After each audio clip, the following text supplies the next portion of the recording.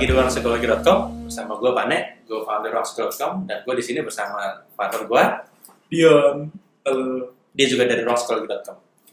Kita hari ini mau ngebahas sedikit tentang dosen killer. Pertanyaannya, kenapa sih dosen killer? Itu pertanyaannya karena teman gue, Dion, itu dulu skripsinya tentang dosen killer. Mungkin kita akan tanya lebih lanjut tentang dosen killer sama Dion.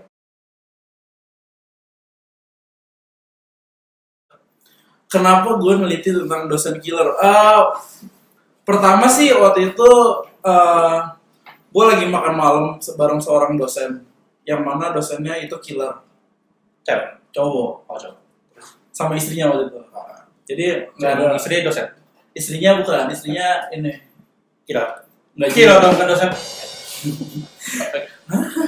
Setelah gue makan malam bareng dosen killer tersebut, besok paginya dia nanya, lu sebetulnya tahu nggak sih definisi dosen killer? Gue bilang nggak tahu. Terus dia bilang, bagaimana kalau kita meneliti tentang dosen killer?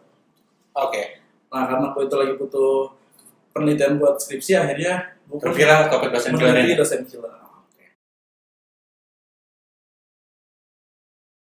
Mungkin gue mulai dari ujung dulu, insight-nya apa buat lo? Insight-nya dosen killer itu terbagi dua. Oke. Pertama, dosen killer yang Dosen dan killer? enggak, dosen killer ada dua macam. Pertama, dosen yang dia sebenarnya positif, tapi dianggap negatif oleh mahasiswanya. Oh, dosen killer tuh dosen galak, tapi maksudnya baik nih. Tapi maksudnya baik. Terus yang kedua? Yang kedua itu dosen yang memang nyusahin mahasiswa. Jadi dia beneran killer. Oh, dia killer tuh buat nyusahin lo gitu?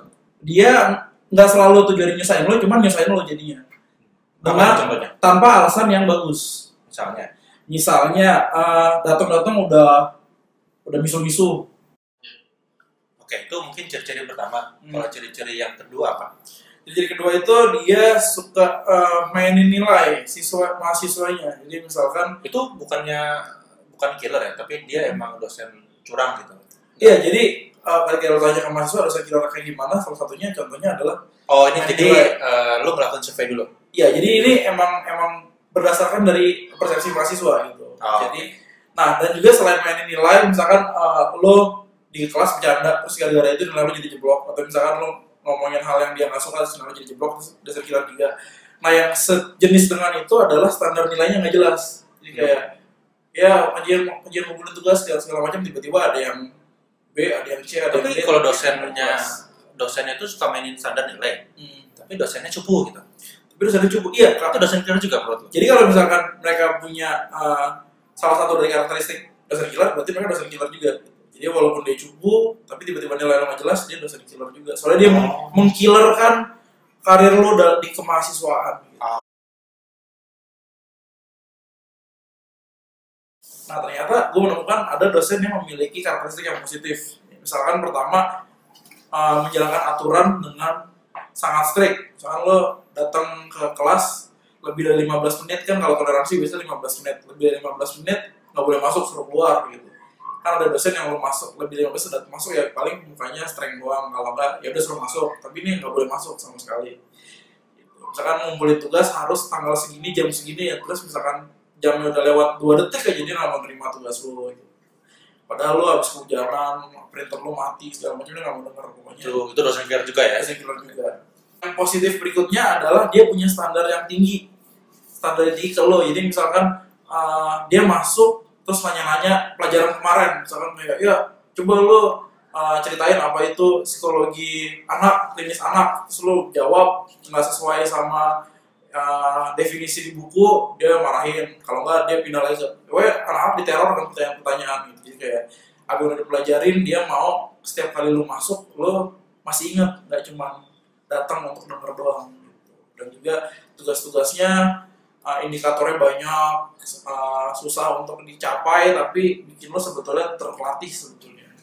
Jadi yang lo maksud dengan dosen killer itu ciri-cirinya ada macam-macam tadi ya? Mungkin gue bisa sedikit samarin. Pertama itu ciri-cirinya dia moodnya naik turun. Terus juga dia itu apalagi kedua? Aduh, nyimpulin. Yang kedua itu contohnya kan? Nilainya standarnya nggak jelas. Nilainya standar nggak jelas. Nah, itu yang ciri-ciri dosen killer yang jelek ya. Maksudnya yang kita nggak pengen dah punya dosen killer kayak gitu. Tapi kalau misalnya lu pengen nilai lu bagus, lu lebih baik ketemu dosen killer yang dengan ciri-ciri yang tadi yang positif. Yaitu punya aturan, dan aturan strict banget. Terus yang kedua nanya-nanya tapi punya standar yang tinggi lah. Dia banyak nanya di kelas.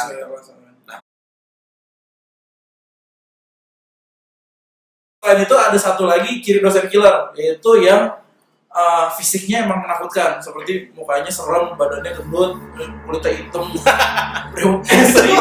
ada yang jawab kayak gitu. Ada yang jawab gitu. Nah, kalau yang ini emang udah nggak bisa ya sebetulnya nggak ada alasan kenapa lo takut sama dia, cuma karena fisiknya menakutkan aja. Jadi seharusnya kalau gitu lebih baik siswa diubah, atau lebih baik dia jangan berprofesi sebagai pengajar mungkin. Jangan lah. Jangan ya. Ya, mungkin kita bisa ngasih training ke gurunya supaya guru itu mungkin lebih bercanda gitu ya. Oh iya, lucu gitu. Mungkin kalau lu berewok dicukur lah gitu. Oh, tapi lucu juga ya sebetulnya. Jadi dari riset lo itu lu nemuin bahwa yang anak-anak bilang dosen killer itu dari fisik juga gitu ya. Dari fisik juga ya. Oh. Jadi orang ini mungkin bisa aja datang sebelum dia senyum baik-baik, cuma mungkin fisiknya jadi gerakkan, jadi dia takut. Malah bertakut ya. Lu apalagi udah mahasiswa, jangan lihat orang fisikal lah gitu. Gue kan gendut tapi mungkin hati gue baik gitu. Lu hatinya baik banget sih. Sini makan.